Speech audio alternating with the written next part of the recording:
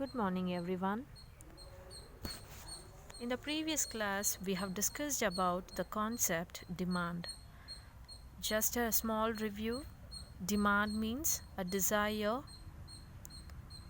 which is backed up by the purchasing power, that is price, and during a period of time. The next, we have discussed about the determinants of demand. So determinant demands are the price of the commodity, the price of the related commodities, the income of a consumer, and taste and preferences. So these are the determinants which decides the demand. And the next, we have discussed about the demand function. So demand function is nothing but it's a functional relationship which shows between the demand and its price. So therefore it is represented as QD equals F into P, PR, Y, T, etc. Among all this, the important determinant is price, that is QD equals F into P. So these are the concepts we discussed in the previous video. Now today I'm going to start up with a new concept called law of demand. So we'll see what is law of demand. So law of demand states that other things being equal or other things remaining constant. In the class I used to say a particular assumption which is called as ceteris paribus. Ceteris paribus means other things remaining constant. Here also in the law of demand the same assumption is applicable, and here the law states like this: other things being equal, there is a negative relationship between demand for a commodity and its price. So here what does the meaning is defining here means, when the price of the commodity is increases, demand for it falls, and when price of the commodity decreases, demand for it rises, other factors remaining constant. So what does this simply say here? When the price is less, for that demand will be more. On the contrary, it tells when the prices are higher, demand is lesser. So what is that? See, whenever we buy a commodity, suppose when the apple prices are 250, so how many kgs of apple we demand? We demand only 1 kg of apple. Why we demand only 1 kg of apple? Because the price of the apple is 250. Suppose if the prices of the apple decreases to 50 rupees, what we will do? We will buy 3 kg, 4 kgs. Why we buy 3 and 4 kgs? Because the price of apple has been fallen. This is simply, we call it as a law of demand. Whenever the price is less, the demand for it is more. Whenever the price is more, the demand for it is less. That is simply, we can say, the law of demand. Here the statement is quoting like this: other things being equal. What is this other things is referring to? Here other things refers to, we have a 4 determinants. One is price of the good, number 2 price of the other goods, number 3 income of a consumer, number 4 it is taste and preferences. Among all this determinant, which is the determinant changing here is price. In the previous video I've said that price is a independent variable, demand is a dependent variable. Here which factor is changing? Price is changing. Because the price is changing, what is happening to the demand? The demand is also changing. And what factors are remaining constant? The other factors. Up apart from price, the other factors are price of the other goods, income of a consumer, taste and preferences. These factors will remain constant. That is what in the statement here it is referring as other thing being equal or other factors remaining constant. So these are the factors: the price of the related goods, the income of a consumer, the taste and preferences. These factor will remain constant. What factor will change here means the price is changing. Here the price tells that when the price is more, the demand is less. When the price is less, the demand is more. So this is called as law of demand. So here, when all the factors are constant, the quantity of a good that the consumer purchases depends entirely on its price. So therefore, according to the law of demand, the price of the quantity demanded moves in a opposite direction. So we'll see this law of demand with the help of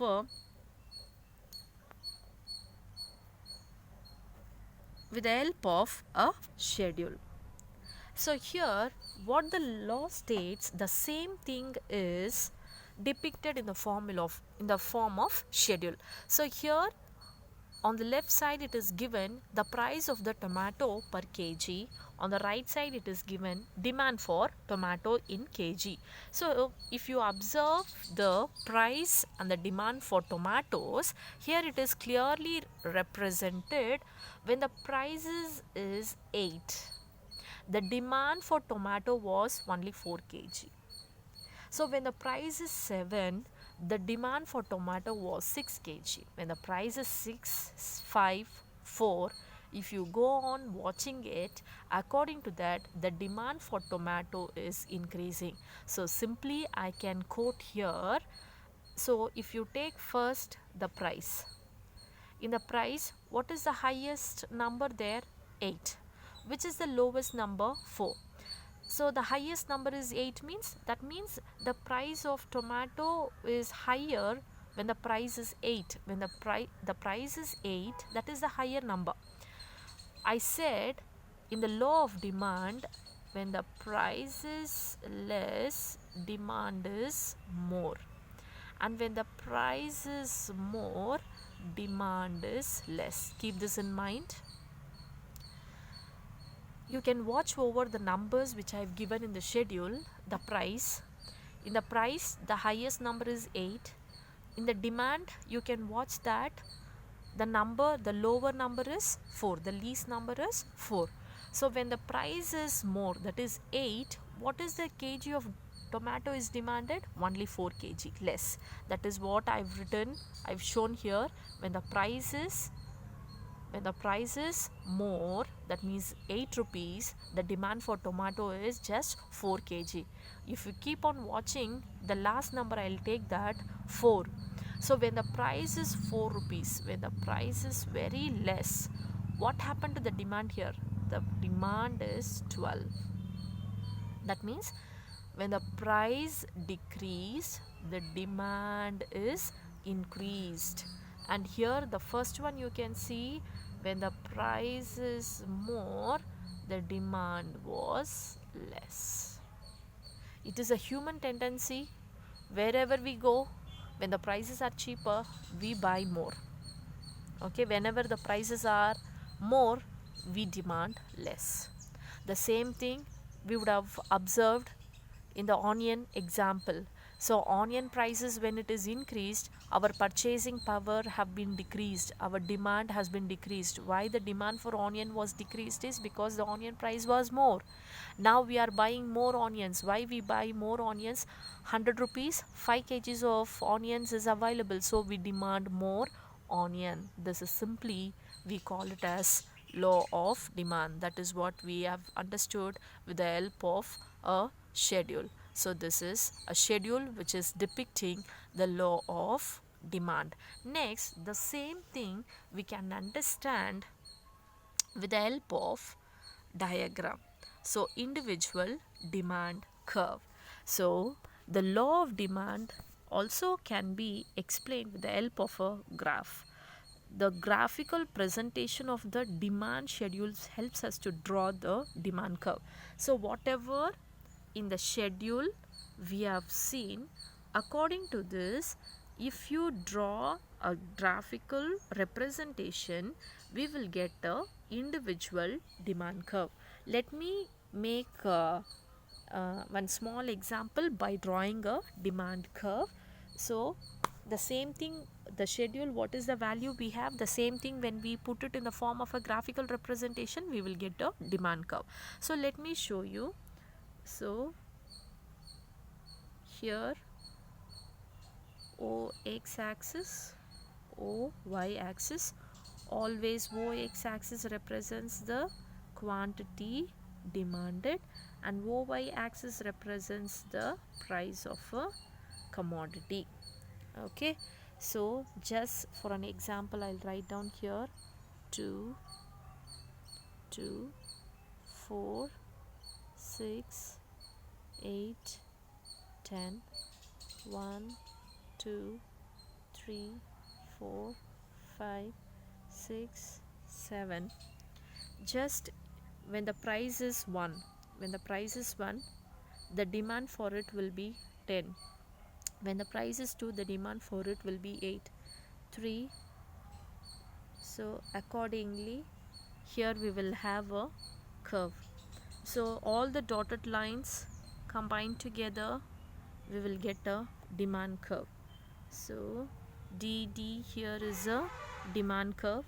So the demand curve is sloping which side? The demand curve is sloping from downward from left. This is the left side, this is the right side. So your demand curve is sloping downward from left to right. Okay, so now we can find in this diagram, when the price, for example, if the price here, if it is 10, means when the price is 10, the demand for it is just 2. When the price is 8, the demand for it is just 4. So accordingly, here when the price is 1, the demand for it is 10. So when the price is less, the demand will be more. When the price is more, the demand is less. So this is what the law of demand states. So the law of demand, in the diagram you have to explain the axis which is representing the quantity demanded and its price on OY axis, quantity demanded on X axis. DD is a demand curve, and when the price is more, the demand will be less, and when the price is less, the demand is more. This is what the law of demand. Here, thus the demand curve slopes downward from left to right. The slope of the demand curve shows the rate at which demand changes with respect to its price. So whenever the price is changing, the demand also will be changing according to that, because the price is a independent variable and demand is a dependent variable. So the curve shows the inverse relationship between the demand and price.